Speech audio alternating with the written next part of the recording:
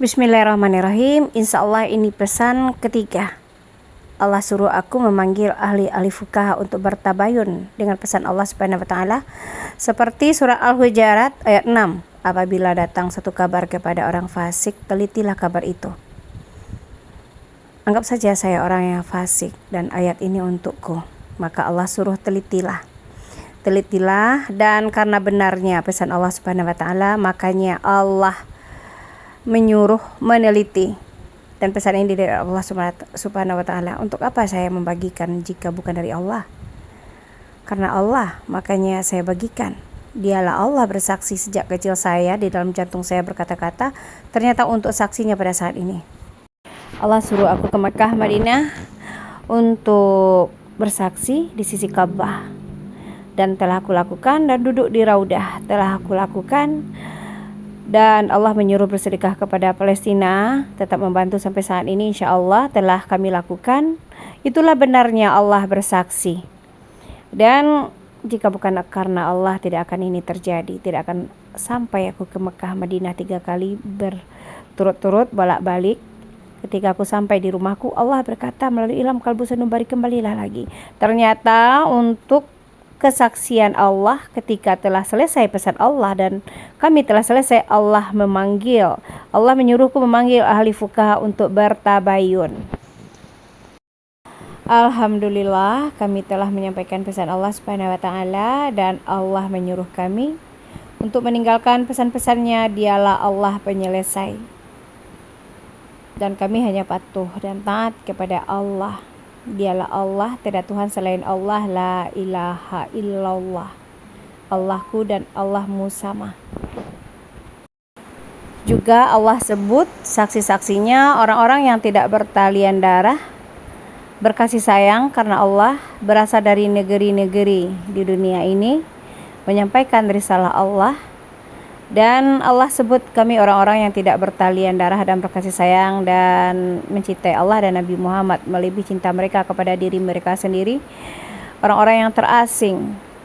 Itu benar sekali. Untuk menyampaikan pesan Allah Subhanahu wa taala, kami diasingkan, kami dijauhi, kami dikatakan gila, kami ditinggalkan, dan kami akan diperkarakan, bahkan saya diperkarakan. Semuanya telah dialami. Jika bukan karena Allah Subhanahu wa taala, tidak akan ini terjadi. Dan untuk apa dilakukan jika bukan dari Allah Subhanahu wa taala, dan tidak akan terfikirkan untuk melakukan. Dan perkataan Allah adalah panggilan Allah untuk kita, karena ilmu kiamat itu dari sisi Allah. Allah berkata melalui ilham kalbu sanubari, meletakkan dalilnya pada surat Ghafir ayat 15. Allah berkehendak kepada yang dikehendakinya, memberikan peringatan tentang hari kiamat.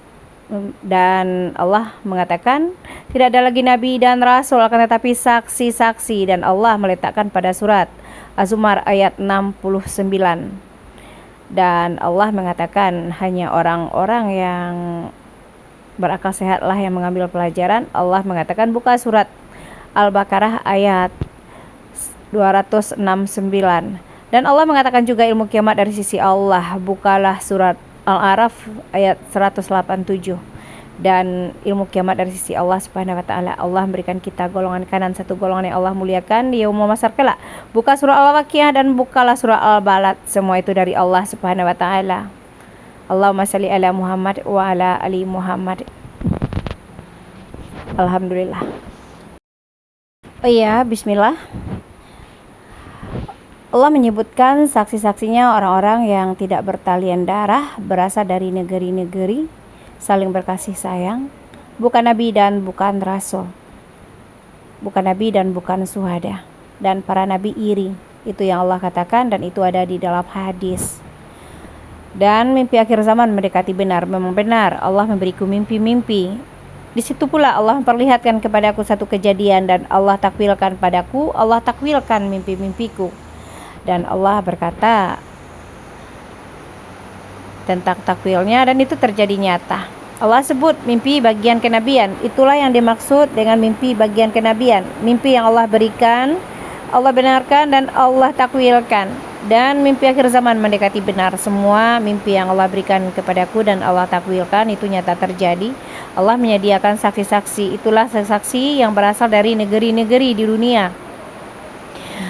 dan mereka adalah saksi menyampaikan pesan Allah Subhanahu wa taala, dan hanya Allah lah yang tahu di mana mereka, siapa mereka, akan tetapi hanya sedikit yang saya ketahui.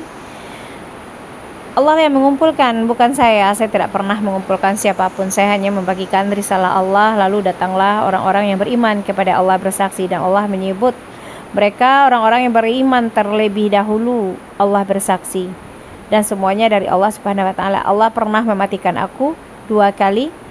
Bagaimana rasa mati itu? Kesadaran orang mati itu ruhnya hanya cinta kepada Allah, hanya merindukan Allah, hanya butuh Allah, hanya ingin segera bertemu Allah. Ketika itu Allah belum menjadikan aku saksi, akan tetapi Allah memberikan aku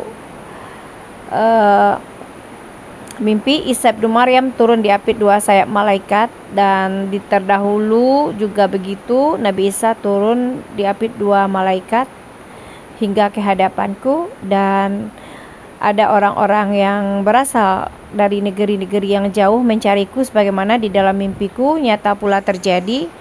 Dan mereka orang-orang yang diberi Allah untuk kita peringatan, karena diantaranya ada yang mengaku Rasulullah dan Isa bin Maryam kelak mendarat di tubuhnya, dan ia mencariku di dalam mimpiku, lalu bertanya di dunia nyata ini setelah 4 bulan aku bertemu di dalam mimpi, benar-benar orang itu mencariku, dia sebutnya negaranya, di mananya, siapa namanya, dan benar-benar nyata mencariku hingga Allah kumpulkan kami. Bagian saksi-saksi ternyata dia tidak bisa diluruskan, dan Allah menghapus namanya lagi karena ia mengaku Rasulullah dan Isa bin Maryam kelak mendarat di tubuhnya. Sedangkan Allah memperlihatkan kepada aku Nabi Isa itu turun diapit 2 sayap malaikat hingga ke hadapanku.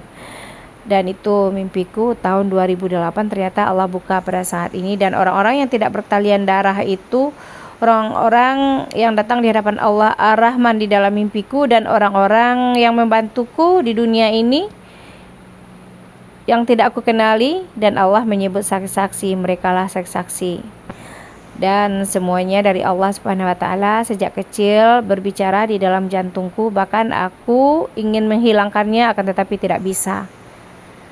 Aku tidak pernah bisa menghilangkannya walaupun aku memohon kepada Allah setiap malam di dalam sholat hajatku. Aku ingin menjadi yang biasa-biasa saja, akan tetapi tidak bisa.